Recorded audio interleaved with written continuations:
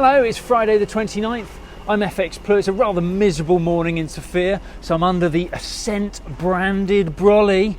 Shout out to our tech team. The special relationship with the US, that kind of goes beyond just intelligence, security and defence treaties.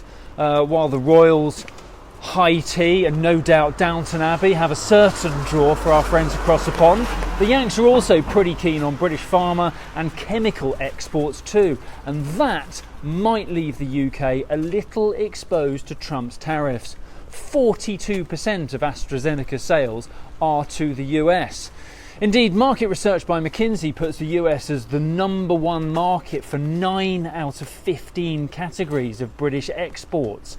By contrast, Germany only has 4 and France only has 1. UK annual import and exports total about 300 billion, but 70% of that is covered by banking, consulting and other services, which do not expect to see tariffs applied. But British manufacturing is dominated by a handful of bigger companies, and these will be affected by Trump's tariffs. Around 1 million employees and their output of about £68 billion of turnover will be affected, no doubt. But whatever the numbers are, the government would do well to make a plan and get prepared rather than risking sleepwalking into another significant threat to the UK economy. The US was closed for Thanksgiving yesterday, but a quiet market and the relative lack of liquidity did not stop sterling continuing higher yesterday. We topped out around 126.90 against the dollar.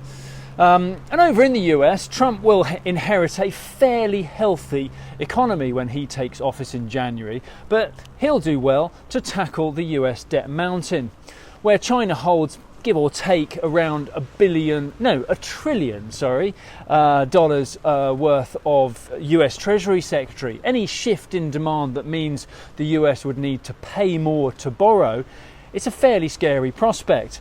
Not only could that knock the US economy off course, but it could also have repercussions for global interest rates.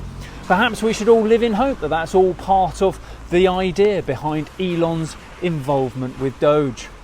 In the market, meanwhile, we kick off around 127.20 against the dollar, 120.25 against the euro, and euro dollar is around 105.75 on the open this morning. I'm flying home tonight, so I'll be back in Blighty on Monday. Have a great weekend. Join me again then. If you do not have a clue, then just tweet through and ask FxPlew.